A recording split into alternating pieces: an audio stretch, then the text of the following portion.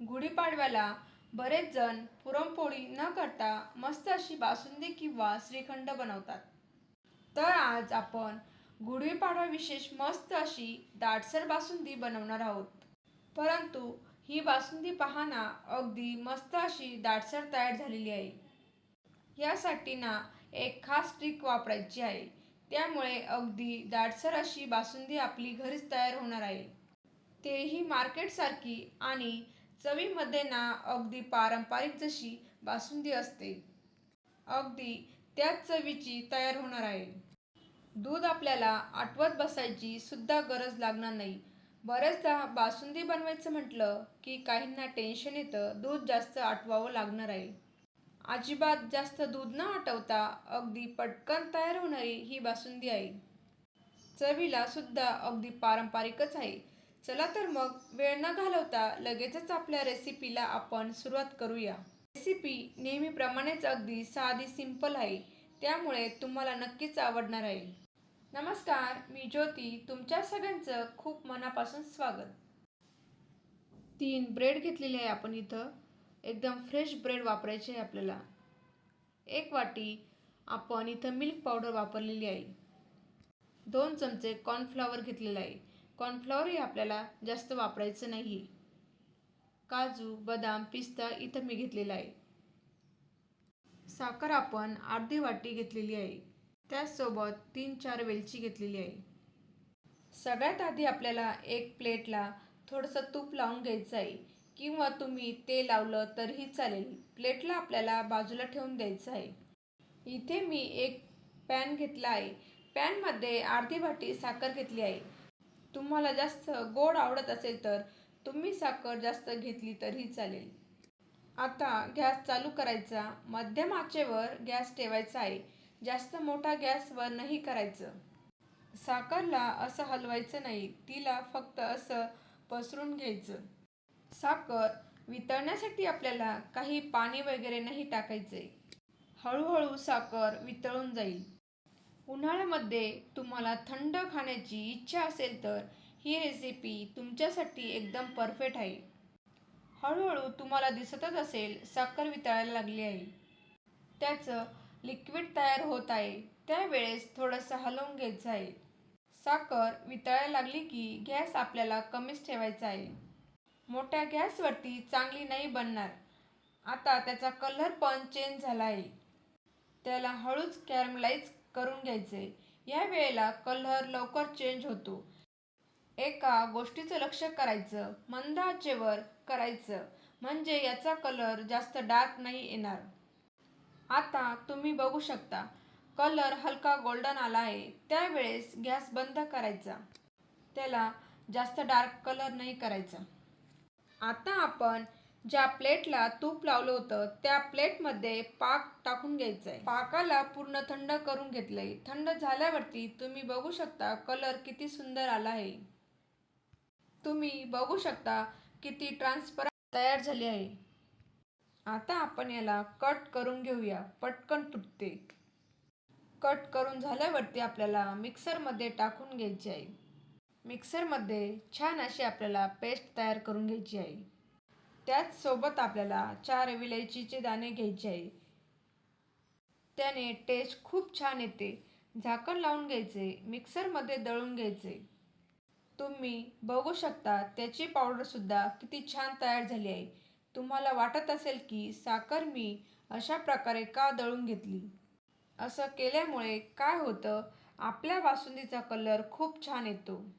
इथे मी 3 ब्रेड घेतले आहे. अशा ब्रेडमुळे स्ट्रक्चर खूप छान येतं. इथे मी फ्रेश ब्रेड घेतलेले आहे. ब्रेडचा ब्राऊन कलरची साईड कट करून घ्यायची आहे. अशा प्रकारे आपल्याला ब्रेड क्रम्स बनवून घ्यायचे. ब्रेडचा ब्राऊन भाग कट करून झाला आहे. मिक्सरच्या भांड्यामध्ये असे कट करून घ्यायचे. आजच्या रेसिपीसाठी 3 ब्रेडचा वापर करणार आहे. ब्रेड क्रम्स तयार करून झाले. एकदम छान असे तयार झाले आहे. अशा पद्धतीने ब्रेड क्रम्स बनवायचे आहे. ब्रेड क्रम्सला एका पॅनमध्ये काढून घ्यायचे. याला डायरेक्टली नाही वापरायचं. त्याला हलकंसं गॅसवरती परतून घ्यायचे. जास्त मोठ्या गॅसवरती नाही, तुम्ही पाहू शकता यामध्ये बारीक बारीक गाठी दिसत आहे. जसं आपण याला परतून घेणार आहे तशा गाठी कमी होणार आहे. फ्रेश ब्रेड असल्यामुळे अशा छोट्या गाठी तयार होतातच. ब्रेडचा डायरेक्ट वापर केला तर जास्त दिवसासाठी वापरू शकत नाही. मी तुम्हाला अशा प्रकारे बनवून स्टोअर करून दाखविते की तुम्ही स्टोअर करून ठेवशाल. महिनाभर खराब होणार नाही कारण यामध्ये आपण कोणतंही तेल किंवा तूप वापरलेलं नाही. इथे मी एक बाउल घेतला आहे. बाउलमध्ये मी 2 कप मिल्क पावडर घेतलेली आहे. आपल्याकडे जी मिल्क पावडर असेल ती घेतली तरीही चालेल. मिल्क पावडर मार्केटमध्ये पटकन मिळते. त्याचसोबत जो ब्रेड क्रम्स तयार करून घेतला होता तो पण मी यामध्ये घालते आणि याला छान असं मिक्स करून घ्यायचं. सोबतच जी आपण साखर दळून घेतली होती ती पण यामध्ये घालायची आहे. छान प्रकारे आपल्याला मिक्स करून घ्यायचं आहे. मिक्स करून झाल्यावरती यामध्ये आपल्याला 2 चमचे कॉर्नफ्लॉवर घ्यायचं आहे. कॉर्नफ्लॉवरमुळे बासुंदीला छान असा दाटसरपणा येतो. जास्त नाही घालायचं, जास्त घातल्यावर कस्टर्ड सारखं तयार होईल. छान प्रकारे आपल्याला व्यवस्थित मिक्स करून घ्यायचे आहे. येथे मी 1 चमचा बदाम घेतले ते यात घालते. थोडासा पिस्ता पण घालते. बदाम आणि पिस्ता घालणे दोन्ही पूर्ण ऑप्शनल आहे. तुमच्याकडे असेल तर तुम्ही घालू शकता. टेस्टमध्ये काही फरक पडत नाही.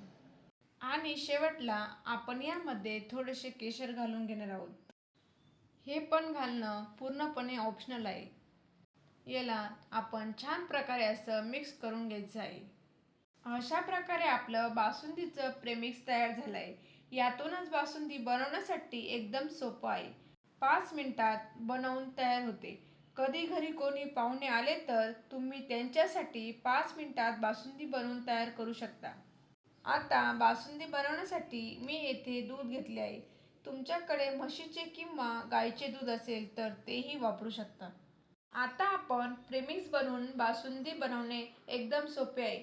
तुम्ही ज्या भांड्याने प्रेमिक्स घेणार आहे त्याच भांड्याने डबल दूध घ्यायचं आहे. तुम्ही जर 1 ग्लास प्रेमिक्स घेतलं आहे तर 2 ग्लास दूध घ्यायचे.